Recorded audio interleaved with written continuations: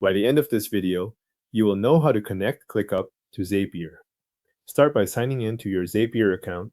Once you are on the main dashboard, look to the left sidebar and click App Connections. This opens the area where Zapier stores connected apps and services for your account. From there, click the button labeled Create Connection to begin adding a new app. A search window will appear so you can choose the app you want to connect. Type ClickUp into the search field, then select ClickUp from the list of results. After selecting it, click Add Connection to move to the sign-in window for your ClickUp account. In the Connect ClickUp window, Zapier will ask how you want to sign in. You may see options to continue with Google, continue with SSO, or enter your work email and password directly. Choose the sign-in method that matches the way you normally access ClickUp. Make sure you select the correct account before continuing, especially if you use more than one Google account or belong to more than one workspace. Next, complete the ClickUp sign-in process.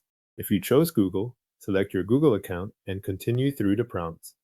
If you chose SSO or entered your work email and password, follow the on-screen steps until ClickUp confirms that you are signed in.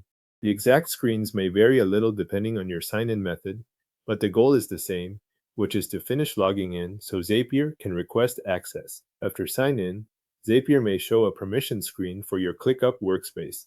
Review the requested access, then approve it if prompted. This allows Zapier to interact with ClickUp on your behalf when you build automations later.